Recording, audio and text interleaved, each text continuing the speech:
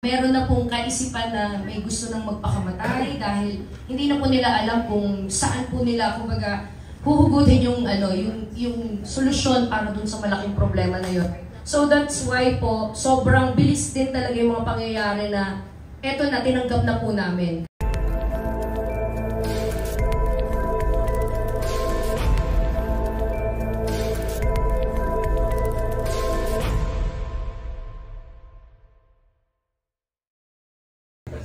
Paano po na po yung concept po, tapos sino po yung mga participants? Yes, for the first question, for the festival, kung paano ito nabuo. And the Black Summer Festival with Recta sa Kalye, no? In cooperation with Recta sa Kalye. Actually, nabuo itong festival na to, parang biglaan lang eh. Biglaan, hindi namin talaga pinlano. So, ibig sabihin, pagka hindi mo pinlano, minsan may mga bagay na hindi natin inaasahan, di ba? So, may hindi tayo inaasahang mangyayari at meron din naman tayong inaasahang mangyari.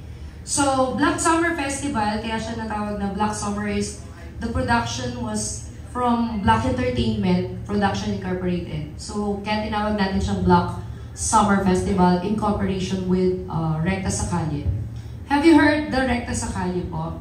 Narinig niyo na po ba ang Recta sa Kalye? Yes. Ang Recta sa Kalye po, kung saan, may na-produce na po sila before na first event nila last year. And yet, they have come up na magkaroon ulit ng event. Eventually, from the word event, no? Eventually, the second event sana matutuloy ng November. But of course, actually, doon po sa mga nag-research na dyan, alam po namin may mga background na rin kayo kasi talagang pinagandaan nyo rin po yung mga questions behind dito sa press con na to. Ang Black Summer Festival po, nag-i-aim po, ito yung vision namin dito, in cooperation with Recta sa Kalye, syempre, from the word, Recta sa Kalye. So, alam naman po natin yung kalye, streets, no? We're giving opportunity, also the Recta sa Kalye, they're giving also opportunity, lalong-lalo na po dun sa mga bagong sibol pa lang po, sa industriya ng rock, ng raps, di ba? Yung mga rappers and then yung mga hip-hops. So, they're giving opportunity and we're also continuing giving opportunities dito sa mga tao na ito, yung lalong-lalo na po yung mga bagong artist na gusto rin naman po pumasok sa industriya ng mainstream. Like, eto na po, etong event na to, pinakihintay natin talaga para mapakita rin po natin yung iba't ibang klase ng talents nila. More, especially when it comes dun sa kinahihiligan natin ngayon. Eto po kasi yung nauuso eh, no? Yung mga, naririnig yung mga kumakanta sa streets. Kaya, especially, nandun din sa pangalan ng kanilang team, yung Recta sa Kalye, talagang, eto yung aim natin na ipakita yung lahat ng mga talents na kung minsan nabubuo, minsan galing lang din sa mga sa mga streets, 'di ba? So eto na po 'yon, may mga kasama din tayo dito na mga dati na pong mga mainstream na mga bands, no? So lahat po 'yon mamaya po natin, i-breakdown po natin lahat kasi sobrang dami po. And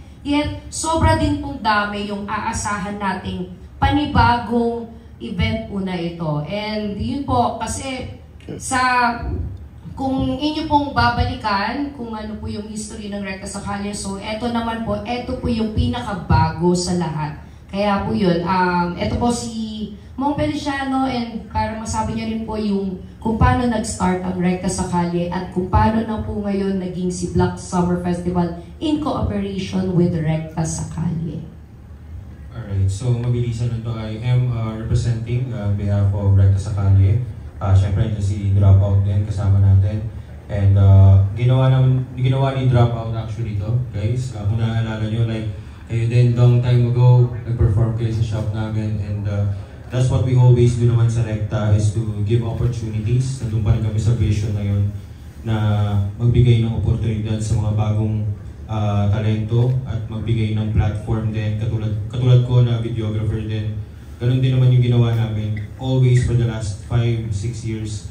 And ngayon, nabiyayaan kami na mabigyan ng pagkakataon makipag-work sa Black Entertainment and gawin to talaga in fusion. Kasi nung una talagang nagkaroon ng problema and right now, sila yung naging resolution because it's aligned with their vision. Yun yung nagsimula eh, yung vision muna. And pareho kami ng tinitingnan na ruta. And right now, it came to a point na yun na, mangyayari na talaga siya April 13. Pero ngayon, iniba natin sa SMDC naman or sa MOA Concert Grounds mangyayari yung event. So, yun muna, I mean, Recta sa Kalye, ano na yan eh, isa na yan sa underground movement na naging festival, naging sobrang diverse ng mga natulungan niya ring tao. And so far, parang grabe, may bumalik din sa amin kung ano yung ginawa namin vibration nun, tinulungan yun kami. So, yun. And yet, kasi ito lang din ang masasabi ko, no? Kasi alam ko rin naman may magpo-follow-up questions na bakit si Black, diba? Bakit si Black nag-open ng opportunity with them? Most especially kasi right now, like last year, no, November, no, yung hindi natuloy na event, and then yet ngayon, may event na talaga na matutuloy na. So, eto lang talaga yung pinaka-katwiran ko or pinaka-dahilan ko. Actually, katulad yan yung sinabi niya, they're not after the money itself. But also us, even though we're businessmen, no, na mag-asawa, hindi lahat ng bagay kumbaga, lagi tayong nakarelay lang dun sa pagdating sa pera. Kung minsan nandun din yung yung full cooperation with each other and then yung kung ano yung nararamdaman ng ibang tao doon sa bagay na kina-frustrate nila or yung kumbaga doon sila nalugmok or doon sila nadapa. And yet, katulad nun sinabi niya nga, lalo na siguro kung natuloy yun, baka hindi rin maganda.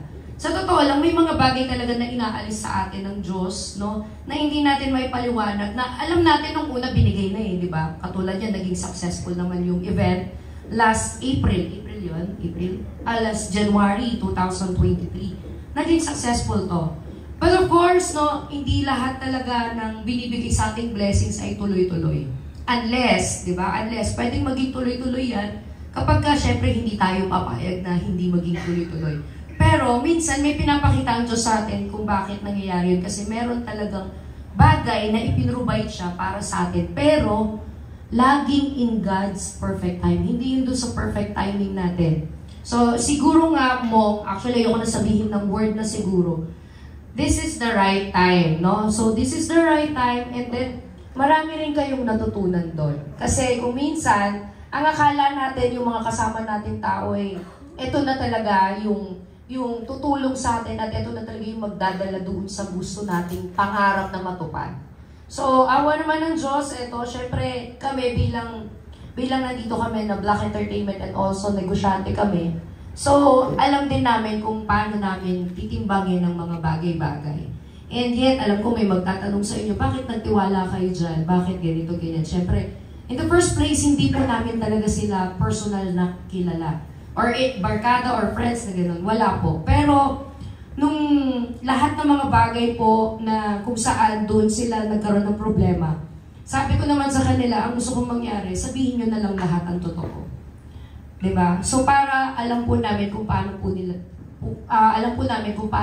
namin sila tutulungan. And yet, nandito na nga po kami. Ito, tuloy na po. At sana po, abangan nyo po ito sa April 13. And please, support din po sa gagawin po naming event na to. Dahil marami din pong matutulungan, lalong-lalo na po yung mga baguhan po nating mga artists. And yet, pati rin po yung mga, dati na rin pong mga artists para kumbaga, magsama-sama rin po sila sa festival na ito. Marami po salamat. Sino po yung nagbibigay ng refund now? Actually po, wala pa pong nagbibigay kasi as of the moment, on process na po nun kasi sa dami po nun, kailangan po rin namin lahat na kumbaga maayos po yung aming pag-distribution. So yung distribution po noon is makikipag-cooperate po ang Black Entertainment with Recta sa Kalye po. Earlier you said na yung producer nyo before for the November show, hindi kayo nagpaayos. So, are you saying that ma'am, isi-shoulder niyo po Engineer Grace yung ibang losses? Or intact po ba yung pera na pang-refund? I mean, I just want to know if the money for refunding the tickets for the public is intact and there and available for them. Yeah, actually, kaya nga po nabanggit ko kanina na lahat po by process kasi po, ito po ay manggagaling na po iso sa Black Entertainment. So, yung problema po na yun talaga is problema pa rin po talaga ngayon. Yung sinasabi niya po kanina na hindi niya na po na name drop yung supposedly na producer po nila, yun po talaga yung sobrang naging malaking problema po at naging dagok talaga na dumating sa point na hindi po na nila alam yung gagawin po nila. So, I'm sorry to say po talagang meron po mga pag-iisip na po sa kanila kasi ito po yung pinaka, excuse po, ito po yung pinaka sobrang hirap pong tanggapin na meron na pong kaisipan na may gusto nang magpakamatay dahil hindi na po nila alam kung saan po nila, kumbaga, huhugutin yung solusyon para dun sa malaking problema na yun.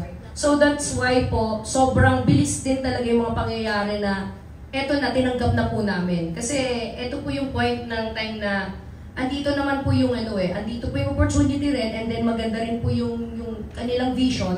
Why not din po they're we're giving them a chance, 'di ba? Na eto po ma-pursue po yung kanilang pangarap din po.